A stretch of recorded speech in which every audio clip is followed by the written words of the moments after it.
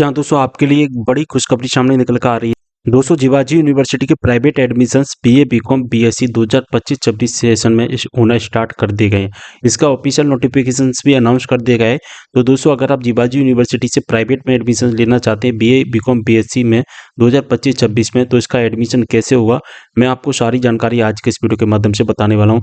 तो वीडियो को पूरा देखना और क्या नोटिफिकेशन सामने निकल कर आ रहा है वो भी हम देखेंगे।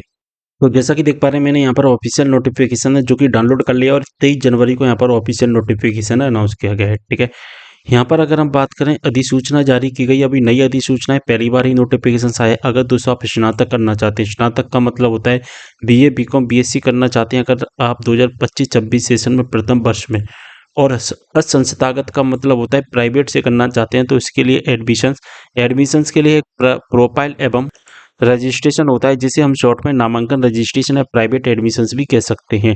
ठीक है, तो इसके स्टार्ट कर दिए गए हैं। अब यहाँ पर हम पूरी चर्चा, तो यहाँ पर लास्ट डेट कितनी रखी गई है, नॉर्मल फीस के साथ में 28 जनवरी, 200 रुपये लेट फीस के साथ में यहाँ पर आप 29 जनवरी तक अप्लाई कर पाएंगे, और 300 रुपये लेट फीस के साथ में यहाँ पर 30 जनवरी तक अप्लाई कर, ठीक है। तो 228 जनवरी तक अप्लाई होगा।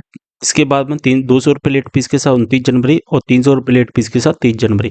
लेकिन अभी इसकी लास्ट डेट को आगे बढ़ाया जाएगा और लगभग इसकी लास्ट डेट दोस्तों कब तक की जाएगी, 15 फरवरी तक इसकी लास्ट डेट को आगे बढ़ाया जाएगा। और ऐसा हर बार ही होता है, इसलिए मैं आपको बता रहा हूँ कि अभी इसकी लास्ट डेट जो कि आगे बढ़ाई जाएगी। ठीक है, बात समझ में आ गई आपको अच्छे से। ठीक है, इसका रजिस्ट्रेशन कैसे करना है वो तो मैं आपको बताऊंगा ही, साथ ही यहाँ पर जो डॉक्यूमेंट हैं वो डॉक्यूमेंट की लिस्ट भी यहाँ पर आपको दिखाई दे जाएगी। कौन कौन से डॉक्यूमेंट लगने वाले हैं यहाँ पर जैसा कि देख पा रहे हैं, 10th क्लास की मार्कशीट, 12th क्लास की मार्कशीट लगेगी। अगर आपके पास माइग्रेशन सर्टिफिकेट है तो माइग्रेशन सर्टिफिकेट भी, यानी कि 10th प्लस 2 यानी कि 12th क्लास की परीक्षा अगर आपने अन्य बोर्ड या विश्वविद्यालय से की है, अन्य बोर्ड का मतलब है अगर आपने सीबीएसई बोर्ड से किया है तो आपको माइग्रेशन लगाना पड़ेगा, या मध्य प्रदेश के बाहर से किया है तो भी आपको लगाना पड़ेगा। एक एलिजिबिलिटी सर्टिफिकेट है तो इसको लगा सकते हैं। एलिजिबिलिटी सर्टिफिकेट किससे लगाने, जिसने 10th प्लस 2 की परीक्षा अन्य बोर्ड से की है या अन्य अन्य राज्य के। ठीक है, यहाँ पर राज्य नहीं दिया गया है, लेकिन अन्य बोर्ड से जो करता है उससे माइग्रेशन और एलिजिबिलिटी मिलता है। गैप सर्टिफिकेट यानी कि आपने जो 12th क्लास पास किया और जो 12th क्लास पास करने के बाद में अगर आपने गैप ले लिया है तो आपको गैप सर्टिफिकेट लगाना पड़ेगा, अन्यथा नहीं। कौन कौन से कॉलेजेस में एडमिशन हो सकते हैं, उन लिस्ट कॉलेजेस की जो लिस्ट है वो यहाँ पर दी गई है, और यहाँ पर आप इस नोटिफिकेशन को टेलीग्राम ग्रुप से डाउनलोड कर लेना।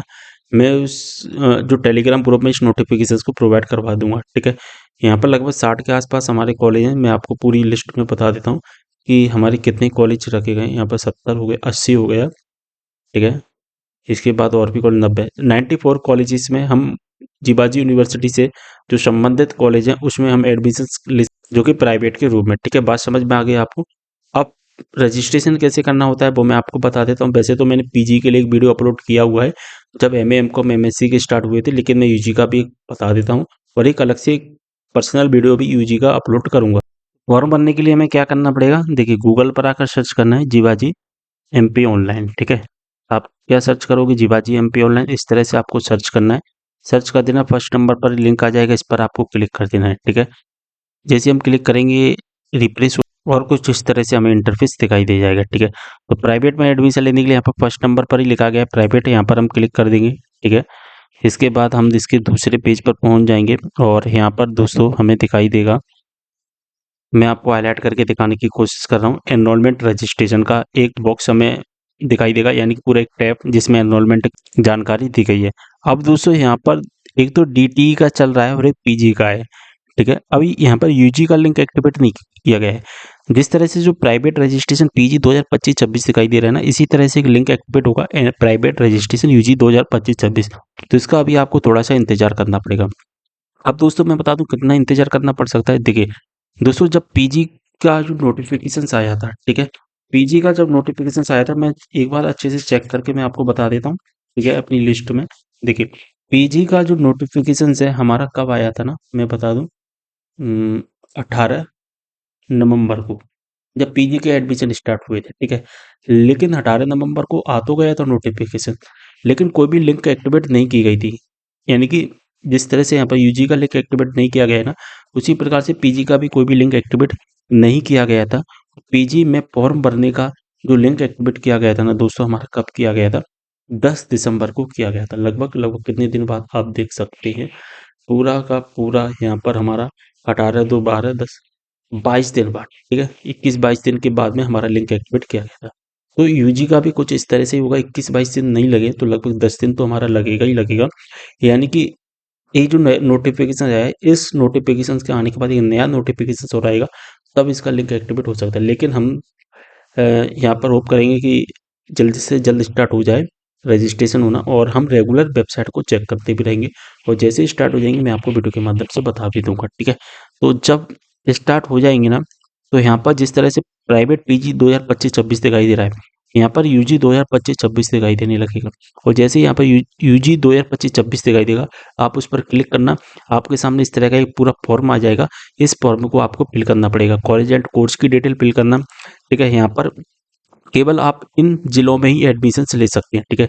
यहाँ से इस तरह से आप एक जिला सेलेक्ट करना, जिला सेलेक्ट करने के बाद में आपका जो पेज है वो रिफ्रेश होगा, रिफ्रेश होने के बाद में उस जिले में जितने भी यूजी कॉलेजेस में एडमिशन्स होते हैं उनकी इस तरह से लिस्ट आ जाएगी, ठीक है।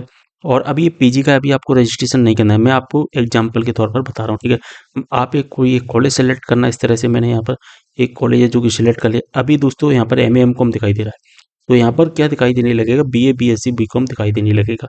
जैसे कि मान के चलिए बीए है, ठीक है, तो यहाँ पर आप क्लिक करोगे, और इसके बाद में यहाँ पर आप जिस विषय में लेना, जिस विषय से आप करना चाहते हैं वो विषय दिखाई दे जाएगा, और वो आपको सिलेक्ट कर लेना है, ठीक है। मैं आपको एग्जाम्पल के तौर पर बताता जा रहा हूँ, और आप वही कॉलेज सेलेक्ट करना जिस उस कॉलेज में जो विषय अवेलेबल है। मान के चलिए आपको इस कॉलेज से करना है, ठीक है, महाराजा मानसिंह कॉलेज हो गया। अब इस कॉलेज से आपको करना है, इसमें ऐसा विषय अवेलेबल नहीं है, तो आप फिर कैसे करोगे, नहीं करोगे, तो उसके लिए आपको दूसरा कॉलेज सेलेक्ट करना पड़ेगा। तो आपको ये देखना पड़ेगा कि आप जिस कॉलेज से करना चाहते हैं उस कॉलेज में विषय अवेलेबल है या नहीं, ठीक है। इसके बाद अपनी पर्सनल डिटेल फिल कर लेना, इसके बाद एड्रेस फिल कर लेना, वो सिंपल है।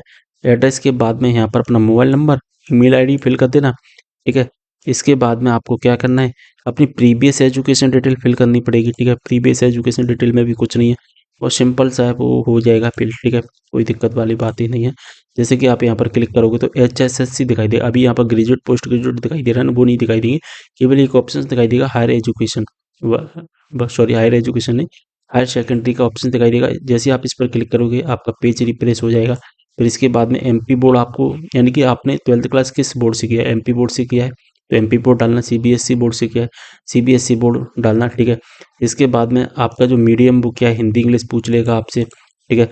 आपने कौन से सन में किया है, आपकी कितनी परसेंटेज बनी है, आपकी जो ट्रांसफर सर्टिफिकेट है वो डाल देना। अगर आपसे यहाँ पर मांगता है, अगर नहीं मांगता है तो इसे स्किप कर देना, नहीं डालना, कोई दिक्कत वाली बात नहीं है। यहाँ पर अपना रोल नंबर डालना। अगर आपने CBSE बोर्ड से किया तो CBSE बोर्ड सेलेक्ट करना, अदर बोर्ड से किया तो अदर बोर्ड सेलेक्ट करना। इस तरह से आपको सेलेक्ट कर लेना है। Proof of date of birth पर चेक मार्क कर देना, मार्कशीट पर चेक मार्क कर देना, ट्रांसफर सर्टिफिकेट पर। अगर आपने गैप किया है तो गैप पर क्लिक करना, एलिजिबिलिटी है तो एलिजिबिलिटी पर, माइग्रेशन है तो माइग्रेशन पर। इसके बाद में अपना इमेज अपलोड करना है, अपलोड इमेज पर क्लिक करना और 200 KB से ज़्यादा का आपका इमेज नहीं होना चाहिए, इस बात का भी आपको ध्यान रखना है। तो इमेज सेलेक्ट करना भी बहुत सिंपल सा बात है, कोई दिक्कत वाली बात नहीं, वो तो हो जाएगा। इसके बाद डिक्लेरेशन पर चेक मार्क करना, सबमिट कर देना, आपका फॉर्म सबमिट हो जाएगा। फिर आपसे पेमेंट पूछ लेगा तो पेमेंट फिल कर दे, सबमिट करना है आपको, और आपका फॉर्म भर जाएगा। जैसे ही आपका फॉर्म भर जाएगा तो उस फॉर्म को ले जाकर अपने कॉलेज में जमा कर देना, जिस कॉलेज के लिए आपने रजिस्ट्रेशन किया है। यानी जैसे कि हमने जो कॉलेज सेलेक्ट किया था ना, महाराजा मानसिंह कॉलेज, इसी तरह से आपने जिस कॉलेज के लिए किया होगा उस कॉलेज को फिल कर, सॉरी उस कॉलेज में अपने डॉक्यूमेंट सबमिट कर देना, और आपका जो एडमिशन है वो कंप्लीट हो जाएगा, ठीक है। बात समझ में आ गई, सारी चीज़ें समझ में आ गई होंगी आपको अच्छे से। कोई भी डाउट को कमेंट करना। मिलते अगले वीडियो में एक और जानकारी के साथ, तब तक के लिए बाय।